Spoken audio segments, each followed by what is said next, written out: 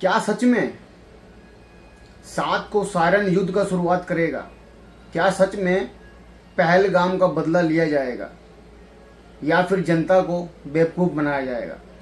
नमस्कार, प्रणाम। मैं केशव चौधरी आज फिर एक नया ब्लॉग में आया हूं और कल का जो है प्रधानमंत्री का जो है सायरन वाला, उसी के ऊपर कुछ चर्चा करने आया हूं। तो आप लोग लास्ट तक सुने। और ये विषय है जो कल क्या होने वाला है 7 मई को। तो डरना मत। 7 मई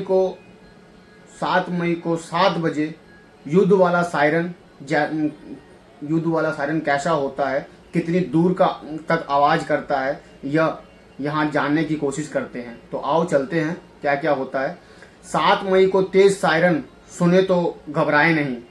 जी हाँ, 7 मई को अगर तेज सायरन सुने तो घबराए नहीं। यह मॉक ड्रिल है। 7 मई को मॉक ड्रिल के तहत युद्ध का सायरन बज सकता है। यह सायरन प्रशासनिक भवनों, पुलिस मुख्यालय, फायर स्टेशन पर लगाए जाते हैं। सायरन की आवाज़ 2 से 5 किलोमीटर तक सुनाई दे सकती है।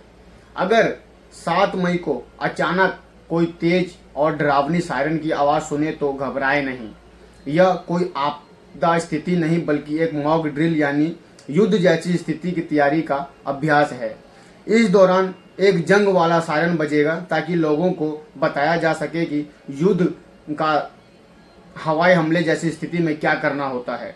1971 के जंग के बाद यह पहली बार कि भारत सरकार ने ऐसा मॉक ड्रिल करने का आदेश दिया है। ऐसे में आपके लिए जानना जरूरी है कि सायरन आखिर होता क्या है, कहाँ लगाए जाते हैं, इसकी आवाज़ कैसी होती है, कितनी दूरी तक सुनाई देती है। तो आओ सारी बातें आपको बताते हैं। और जब ये बजता है लोगों को क्या करना चाहिए, आपको इन सवालों को जवाब मिल जाएंगे। जंग वाला सायरन कहाँ लगाया जाता है? ये सायरन आमतौर पर प्रशासनिक भवनों, मुख्यालयों, फायर स्टेशन, सैन्य ठिकानों और शहर के भीड़भाड़ वालों इलाकों के उचित ऊंचाइयों पर लगाए जाते हैं। इनका मकसद कि सायरन की आवाज़ ज़्यादा से ज़्यादा दूर तक पहुंचाना होता है। ये दिल्ली, नोएडा जैसे बड़े बड़े शहरों, इनके मुख्य खासतौर पर संवेदनशील इलाकों में लगाया जा सकता है। देश के हर शहर में इसे लगाया जा सकता है। युद्ध वाला सायरन होता कैसा है? जंग वाला सायरन दरअसल एक तेज आवाज़ वाला वार्निंग सिस्टम होता है। यह युद्ध, एयर स्ट्राइक या आपदा जैसी आपदा स्थिति की सूचना देता है।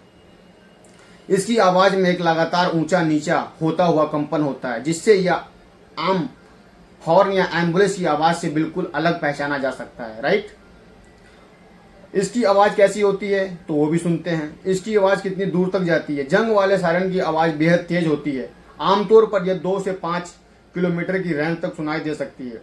आवाज़ में एक साइकिल पैटर्न होता है। यहाँ धीरे धीरे तेज होती है, फिर घटती है और ये क्रम कुछ मिनटों तक चलता है। एम्बुलेंस का सायरन जहाँ 110 120 डेसिबल की आवाज़ करता है, वहीं जंग वाला सायरन 120 से 140 डेसिबल की आवाज़ करता है। भारत में पहले कब बजा था जंग वाला सायरन? भारत में जंग वाले सायरन का उपयोग 1962 के चीन युद्ध, 1965 से 1971 के भारत पाकिस्तान जंग के दौरान किया गया था। उस समय के सायरन विशेष रूप से दिल्ली, मुंबई, कोलकाता और अमृतसर जैसे शहरों में लगाए गए हैं। इसके अलावा कारगिल युद्ध के दौरान बॉर्डर से लगे इलाकों में इसका उपयोग किया गया था। जब ये सायरन बजे तो क्या करें? सायरन बजने का मतलब यह है कि लोग तुरंत सुरक्षित स्थानों की ओर रवाना हो। लेकिन मॉक ड्रिल के दौरान आप पैनिक ना हो, सिर्फ खुले इलाकों से हट जाएं। घरों या सुरक्षित इमारतों के अंदर जाएं। टीवी, रेडियो और सरकारी अलर्ट्स पर ध्यान दें। अफवाहों से बचें और प्रशासन के निर्देशों का पालन करें। कितनी देर में जगह खाली करनी होती है? असली युद्ध जैसे हालात से पहले सायरन के लेकर 5 से 10 मिनट के अंदर सुरक्षित स्थान तक पहुंचना होता है। यह कारण कि मॉक ड्रिल की मदद से लोगों को सिखाया जाता है कि कैसे जल्दी से जल्दी शांतिपूर्वक बाहर निकलें। अगर आपको समझ में आया हो तो आप लोगों ने ध्यान से सुना होगा। तो आप लोग जो हैं 7 बजे कल घबराएं नहीं। जो भी बताया गया नरेंद्र मोदी जी के द्वारा, उनको फॉलो करें और जैसा भी मोदी जी करेंगे वो ठीक करेंगे अपने भारत के लिए। और देश की जो है 259 जगहों पर कल बजेगा सायरन, युद्ध का siren. Civil defence mock drill में आपको करने होंगे 5 काम, जो मैंने आपको सारे बता दिए हैं। 5 से 10 मिनट सुरक्षित स्थान पर जाएं। रेडियो, टीवी, सरकारी अलर्ट्स पर ध्यान दें। अफवाहों से बचें। और कुछ सायरन का जो है, सायरन कहाँ कहाँ लगाए जाएंगे? प्रशासनिक भवन, पुलिस मुख्यालय, फायर स्टेशन। डरना मत, 7 मई को बजेंगे जंग वाले सायरन।